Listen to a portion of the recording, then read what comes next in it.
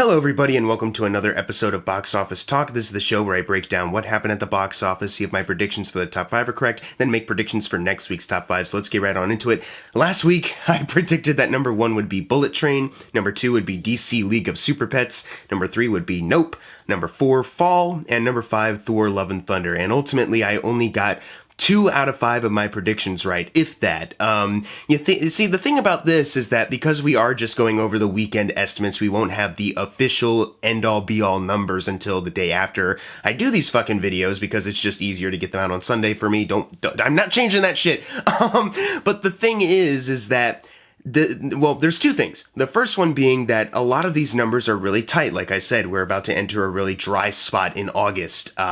So these numbers were really tight this weekend. And then second of all, there were some things that I just didn't fucking know, from last weekend. First of all, I was acting like Fall was going to be the only movie that had a chance to make it into the top 5, and I completely forgot that A24's Bodies totally had a shot because it was going wide. Not that that ended up mattering, because it didn't even get into the top 5 this weekend. We'll talk about that in a second.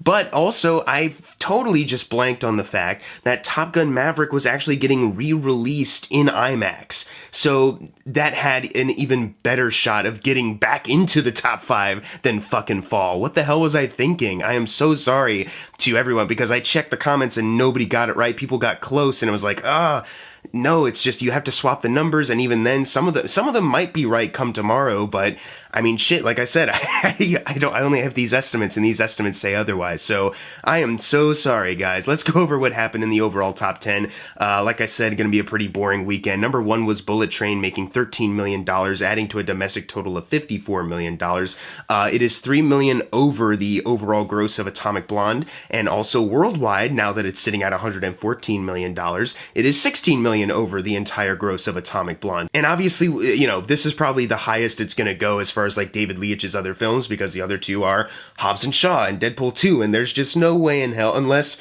somehow, miraculously, literally out of nowhere, it just starts booming money everywhere, it's not going to get anywhere near those grosses. But, compare this to Atomic Blonde, and it's doing even better than Atomic Blonde's run.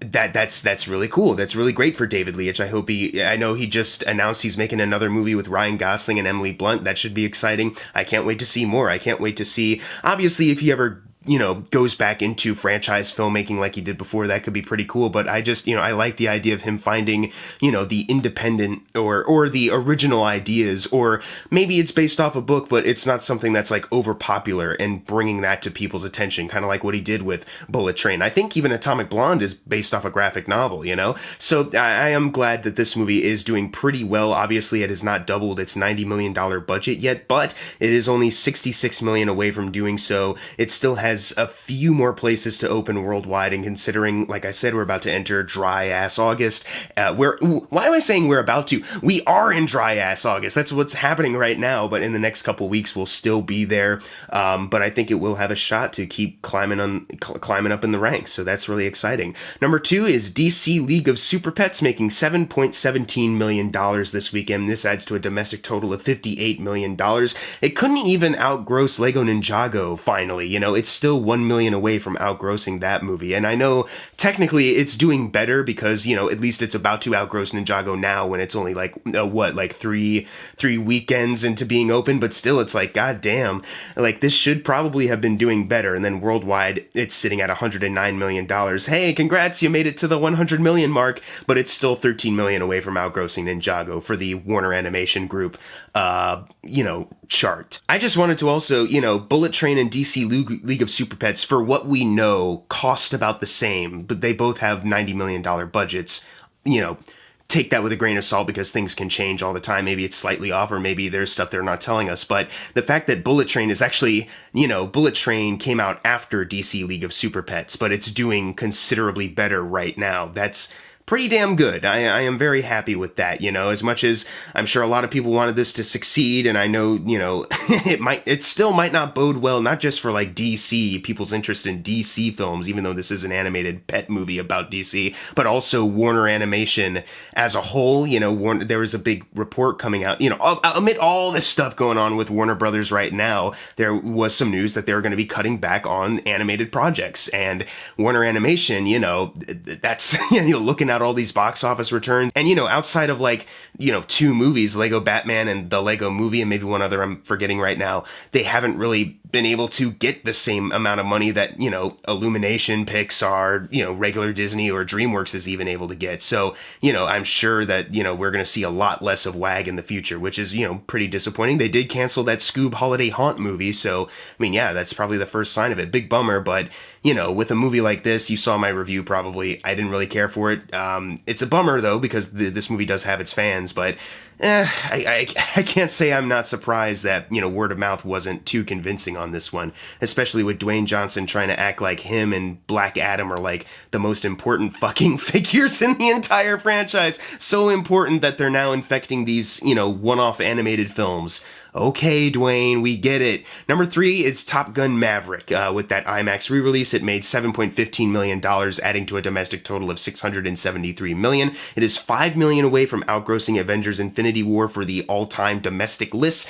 Once it does outgross Infinity War, it'll be number 6 on that one. So inching, ever closer to like a top 5 for all-time highest grossing domestic runs of all time. That's incredible. Worldwide, it is sitting at $1,378 million, and it is $17 million off from Age of Ultron's, number 12 spot on the all-time worldwide list. And I'm not even sure how many people even know about the re-release other than, movie people who are online all the time and see all these notifications from like Fandango or Paramount and all that.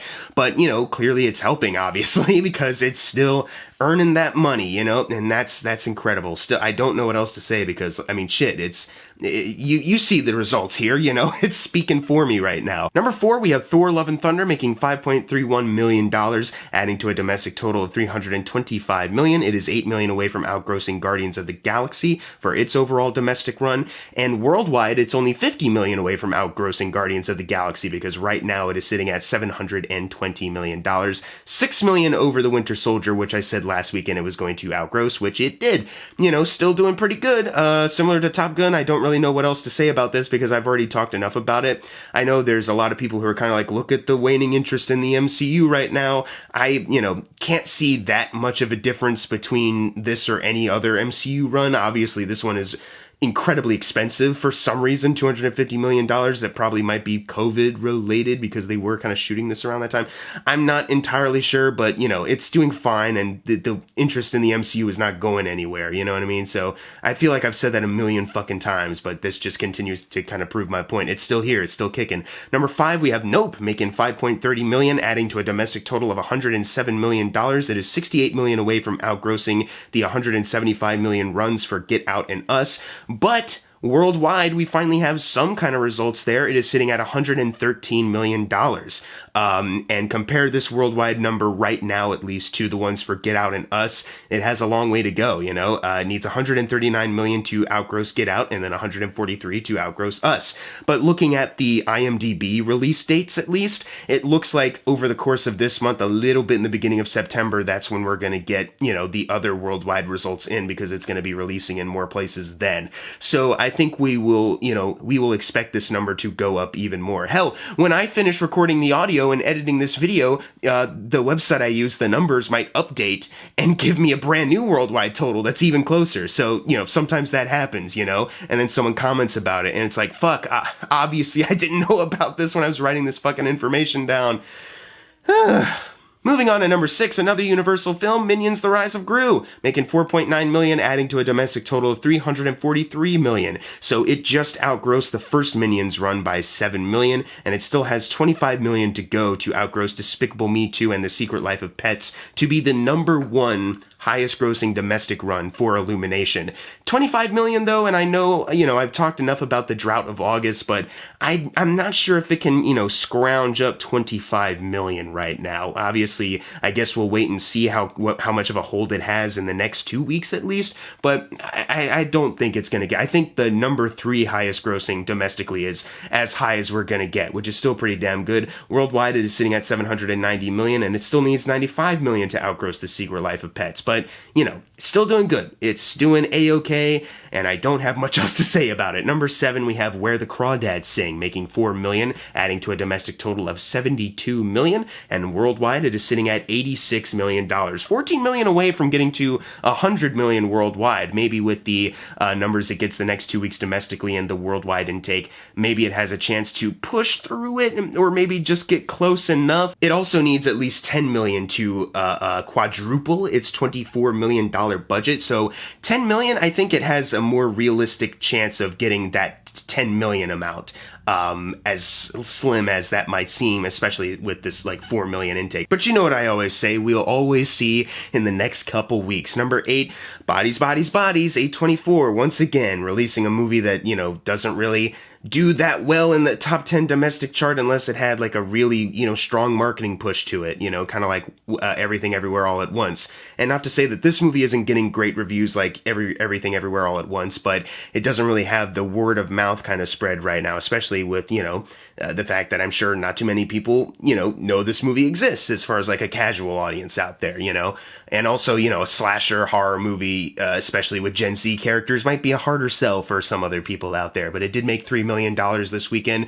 The budget is unknown to me at this time, but I'm assuming it was rather low, it probably didn't cost too much unless Pete Davidson and Lee Pace really ate up a lot of that fucking budget, but you know what I mean? I don't really have much else to say on the matter, so let's move on to number 9, which is the same as last weekend, Elvis, making 2.58 million, adding to a domestic total of 141 million. And it's only 3 million now from outgrossing The Great Gatsby, so whether it's here next weekend or not, I think we actually will see this movie become Baz Luhrmann's highest grossing domestic run of all time, which is outstanding. I mean, if you look at it from my perspective, I have been saying for a while now, it might get close, but it has no chance in outgrossing The Great Gatsby because it's just too high, and Elvis, these other movies are going to come out. But now that we're here, and especially I guess now that we see how some other movies have kind of disappointed in some areas, cough, cough, Dwayne Johnson, it actually, maybe if it's here or whether it's not here next weekend, I think it will absolutely get that 3 million. It's not just going to fall off completely. It's going to outgross The Great Gatsby domestically, not worldwide. Worldwide, it is sitting at 261 million, and it needs 92 million to get to The Great Gatsby's number. But, domestically at least, if it can become Baz Luhrmann's highest grossing domestically, that would be still pretty stellar. And closing out the video, number 10, my prediction for number fucking 4, Fall. I guess I overestimated how much people want to go see a thriller film where the main, tactic to make people on the edge of their seat is, vertigo. It made $2.50 million this weekend, but don't fret if you're a fan of this movie because it actually did get some pretty solid reviews on Rotten Tomatoes, at least from what I saw, those aggregators. The budget is only $3 million, so if it can at least get to $6 million, it's probably not going to be here next weekend. I'm just, just doing some easy kind of observation here. It's probably not going to be here next weekend, but $6 million, it can probably get there, at least with a combined, here's the domestic numbers, very small, but then the worldwide numbers come in and push it over. So I don't think this movie is in that much trouble because, I mean, they really do, have a good shot with a budget this low. But anyways, guys, it's time for the predictions for next week's top 5, and I'm pretty sure that I know what's gonna happen. Nothing's gonna re-release and then, gain traction. There's no other movie out there that I'm missing. And I think that the movie I'm gonna predict for number 1 is known enough that people will want to go see it, especially since Bullet Train got number 1 with 13 million this weekend. So I think if that's doing that, then number 1 will be Beast. And number 2, Bullet Train.